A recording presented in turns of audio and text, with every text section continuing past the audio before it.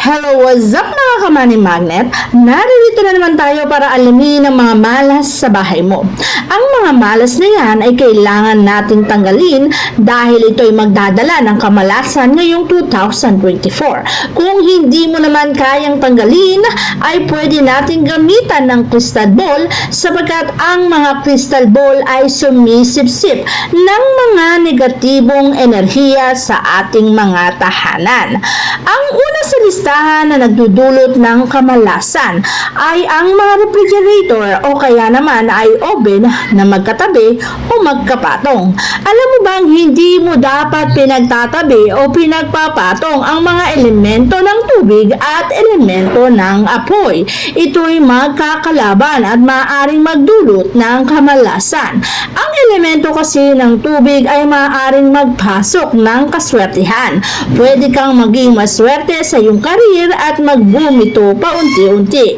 Ngunit kung ito'y tatabihan mo ng elemento ng apoy, kusa nitong papatayin ang mga swerteng dala ng elemento ng tubig. Kaya naman wag na wag mong hahayaan na ang elemento ng apoy at tubig na yan ay magkatabi o magkadikit o magkapatong. Kahit ano pa yan, kahit ref, faucet o kaya naman ay ano pa mang bagay na may tubig at apoy ay huwag pagtatabihin. Kung hahanapin mo naman ang crystal ball na pangontra, ito ang hanapin mo sapagkat pag natagpuan mo ang pangpaswerte 888 ay pwede mo nang makita ang hinahanap mo na crystal ball na kokontra sa lahat ng uri ng kamalasan o kaya naman sa Madam Cecil, makikita nyo yan. At kapag naman iyong yang pinindot, ito na ang lahat ng kasagutan. Kaya't ano pang hinihintay mo? Kung crystal ball lang naman ang hanap mo, andito na lahat yan at matatagpuan mo. At ang pangalawang kamalasan na maaaring makapagdulot ng kamalasan sa tahanan mo ay ang isang tahanan na napakadumi at nagbibigay ng kamalasan ng mga yan. Ang mga tahanan na madilim, madumi at sari-sari ang basura ay magdudulot ng kamalasan sa iyong buhay. Kaya naman kung ayaw mo ng kamalasan sa iyong buhay, ay mas mainam na alisin mo na ang mga dumi na yan.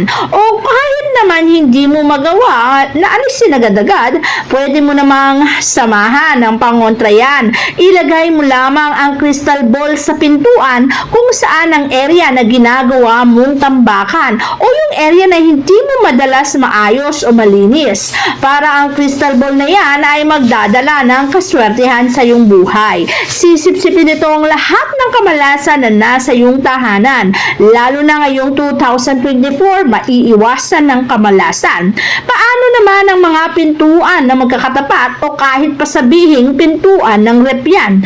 Pintuan ng CR at ang pintuan ng rep ay hindi dapat magkakatapat. Sapagat ang tapatan na yan, mapintuan man ng bahay o pintuan ng rep ay maaaring mag-cause ng paglalaban para sa enerhiya ng kaswertihan. Ang kaswertihan na papasok sa abundance na meron sa iyong rep ay agaran ding lalabas at maipa-flush sa iyong CR. Kaya naman kung nais mong maiwasan ang kamalasan na yan ngayong 2024, ay magsabit ka lamang ng crystal ball sa iyong pintuan. At ang crystal ball na yan ay maaaring sumipsip ng kamalasan upang sa ganon ay hindi ma-flush ang swerteng dala ng abundance na nasa loob ng iyong refrigerator. Para sa ganon ang kaswertihan ay pumasok sa iyong buhay at maiwasan mo naman ang samut-saring dulot na kamalasan. Pangatlong bagay na dapat mong iiwasan kapag ikaw ay natutulog at ang kwarto mo ay may mga halaman. Alam mo bang sa loob ng kwarto, hindi ka dapat naglalagay ng mga water element at syempre naman, isang halaman sa merong water element kapag naman iyong tinilighan.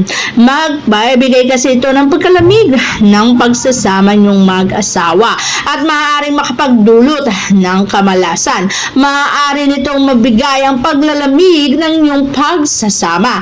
At ayaw naman nating maging cause ng halaman na yan ang pagsasama nyo ay masira o kaya naman malamig sa isa't isa. At syempre, palagi kong sinasabi na ang pasok ng 2024 ay kinakailangan na maging maganda. Ang uumpisahan lamang natin gawin ay magsabit din tayo ng crystal ball sa area kung saan hindi mo kayang alisin ang halaman na yan.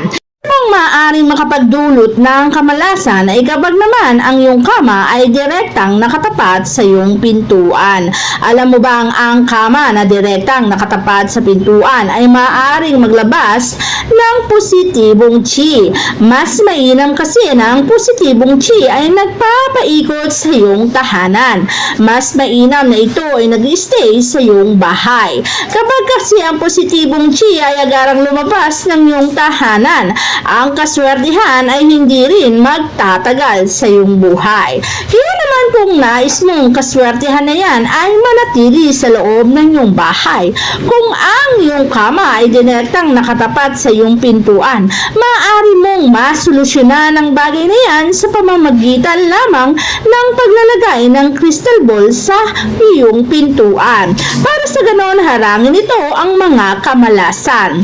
Isa pang bagay na dapat mong pakakatandaan ngayong 2024 ay huwag mong pagtatapatin ang kama at ang salamin sa loob ng iyong kwarto.